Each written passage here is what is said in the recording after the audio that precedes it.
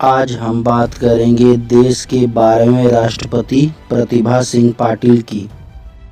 उनका जन्म 19 दिसंबर 1934 को जलगांव डिस्ट्रिक्ट नंदगांव के गांव में महाराष्ट्र में हुआ था। इनकी शुरुआती शिक्षा दीक्षा आर विद्यालय से हुई है। इनके 12 साल की उम्र में ही इनकी माता का देहांत हो गया था। इनके 6 भाई बहनों में ये तीसरे नंबर की थी। इसके बाद इनकी आंटी ने ही इनका पालन पोषण अच्छे से किया था। पढ़ाई लिखाई में भी ये बहुत ज़्यादा रुचि रखती थी और खेल कूद में भी इनकी बहुत ज़्यादा रुचि थी। इन्होंने पॉलिटिकल साइंस में भी डिग्री ली, इकोनॉमिक्स में भी डिग्री ली और लॉ में भी डिग्री ली और लॉयर भी बनी। और उसके बाद ये प्रैक्टिस करने लगी और एक काबिल वकील हो गई। कॉलेज में ही रहते रहते इन्होंने स्पोर्ट्स टूर्नामेंट में भी हिस्सा लिया। बहुत अच्छी ये टेबल टेनिस प्लेयर थी और टेबल टेनिस में इन्होंने काफ़ी सील भी जीती है, इनाम भी जीते हैं, पुरस्कार भी जीते हैं। उसके बाद हम इनके करियर की बात करते हैं तो इन्होंने जलगांव डिस्ट्रिक्ट से ही लॉ की प्रैक्टिस करना शुरू किए और वहीं से इन्होंने अपने करियर की शुरुआत एज अ लॉयर की।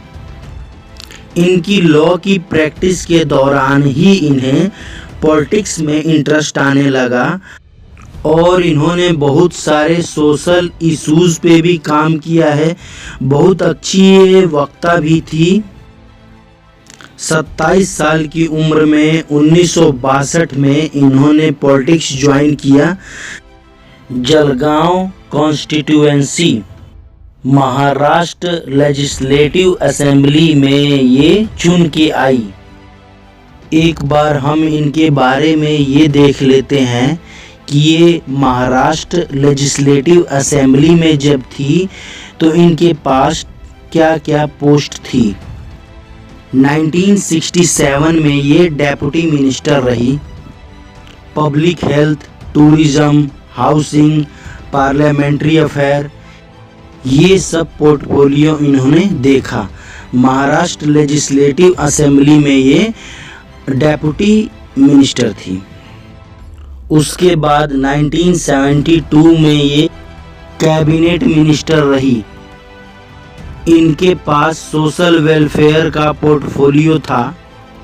1974 की बात करें तो ये पब्लिक हेल्थ सोशल वेलफेयर की मिनिस्टर थी और 1975 की बात करें तो इनको एजुकेशन डिपार्टमेंट दिया गया गवर्नमेंट ऑफ महाराष्ट्र में। और 1982 की बात करें तो ये अर्बन डेवलपमेंट और हाउसिंग मिनिस्टर थी। इनको ज़्यादातर जो डिपार्टमेंट मिले हैं वो सोशल वेलफेयर से जुड़े हैं। और 1986 से ये डेप्यूटी चेयरमैन थी राज्यसभा की। इनकी पब्लिक लाइफ की बात करें तो इनकी पब्लिक लाइफ बहुत ही बड़ी रही है क्योंकि इतने सालों तक ये पॉलिटिक्स में एक्टिव रही। ये कांग्रेस पार्टी की बहुत करीबी रही हैं। इनको इंदिरा गांधी भी बहुत ज़्यादा मानती थी और सोनिया गांधी भी बहुत ज़्यादा मानती हैं।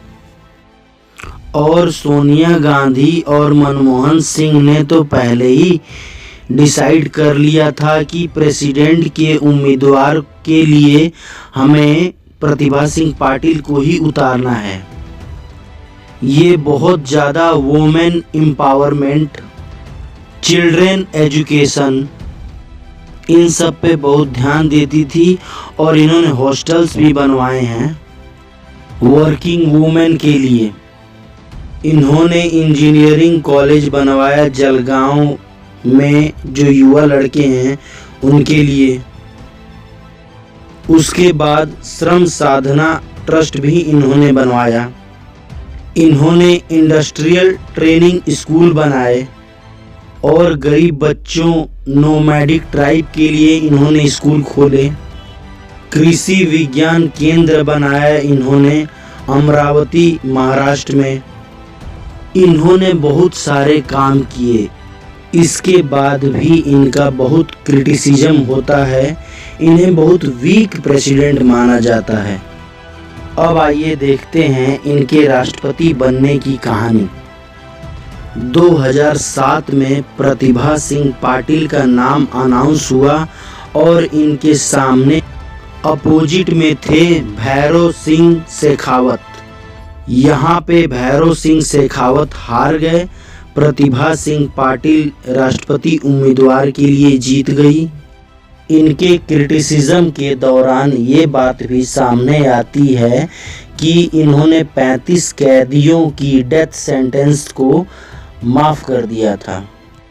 इनके क्रिटिसिज्म के दौरान एक और बात भी बोली जाती है कि इन्होंने बहुत विदेश यात्राएं की हैं और ये जब विदेश यात्रा के लिए जाती थी तो इनके साथ पूरे इनके रिश्तेदार भी जाते थे।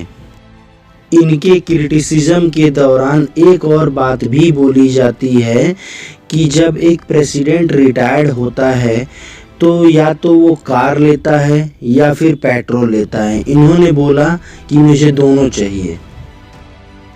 2004 में इन्हें राजस्थान का गवर्नर भी बनाया गया था और 2007 में इन्हें भारत की प्रथम महिला राष्ट्रपति बनने का सौभाग्य भी प्राप्त हुआ।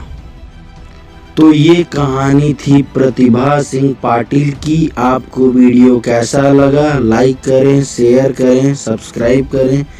धन्यवाद।